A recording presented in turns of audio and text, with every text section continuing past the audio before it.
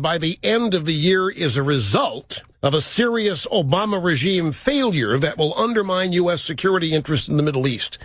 He was in the West Wing on Friday. Obama wasted no time reminding the American people, quote, as candidate for president, I pledged to bring the war in Iraq to a responsible end. And he was making good on that promise in time for the holidays. What the president didn't mention, though, was the story behind the headline. That is that the regime tried and failed to negotiate with the Iraqi government to extend U.S. troop presence there in order to ensure the country's security and stability.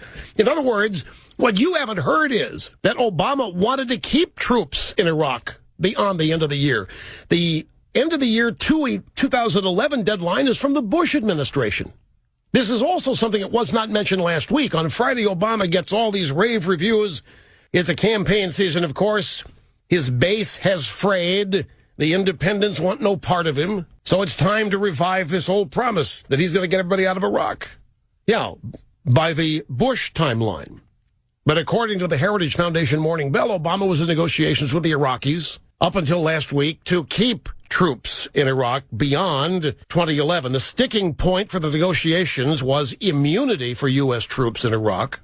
James Phillips at Heritage explained it this way. Up until Friday, the Obama administration had insisted that negotiations were on track for extending the presence of a small residual force that U.S. and Iraqi military leaders agreed were necessary to support Iraqi operations in key areas such as counterterrorism, air support, intelligence gathering, logistics, training, so forth. But Friday, in a hard-hitting article posted on the cable blog, Josh Rogan reported that the regime had bungled the negotiation. The negotiation stalled because Iraqi political leaders did not want to risk the political consequences of extending immunity for U.S. troops, which, of course, is a must. Without immunity, there's no way we're going to keep them there. Given the Obama regime's eagerness to withdraw from Iraq and its unwillingness to confront Iran at all, they didn't want to put their political necks on the line. So now, as a result, U.S. security interests will suffer. Bilateral U.S.-Iraqi cooperation fighting al-Qaeda in Iraq and radical pro-Iranian Shia militias will be limited, and the ability to contain Iran will be weakened. Even Senator McCain criticized the regime Sunday, calling the withdrawal decisions a serious mistake and faulted the White House for its failure to negotiate with the Iraqi government. There never really was serious negotiations between the administration and the Iraqis, McCain said. He said, I believe we could have negotiated an agreement, and I'm very, very concerned about concerned Iranian influence in Iraq. Another guy at Heritage, James Carafano's a good guy. I've met James Carafano. I've never played golf with him, but I've met James Carafano, and he explains that the White House decision, when was it, the 24 forum? We had a forum at the Heritage Foundation on 24, the TV show on terrorism. And Maureen Dowd showed up at the thing. I mean, the media showed up to criticize a waste of Heritage Foundation time to do a show on, well, the reason that the 24 guys did it is because New Yorker had just done a long expose on how the TV show 24 was responsible for torture, that American interrogators were getting ideas from the writers of the TV show 24, so we decided to do a seminar. I, of course, hosted the seminar.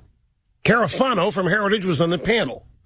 So I know Carafano's a good guy. And he said, Carafano said that with Syria in turmoil, Iran on the march, a more isolated Israel, and Turkey's ever more ambivalent policies, now is the worst time to see a diminished U.S. influence in ensuring continued progress in Iraq. Total troop pullout will leave Iraq security forces much more vulnerable to terrorism, sectarian conflict, and Iranian meddling, and it'll leave them much less capable of battling al-Qaeda in Iraq and pro-Iranian Shia militias.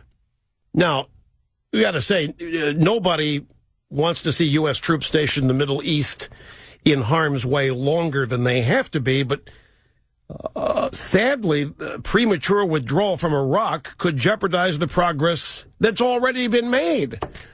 4,500 American soldiers have died in Iraq. To establish it as an outpost of democracy, something that a nation that stands apart from the rest of the Middle East. And we're just going to pull out unilaterally. Didn't even seriously negotiate with Iraq to maintain even a minimal troop presence beyond the end of 2011. Foreign policy blunders just continue to pile up everywhere around the world thanks to this administration.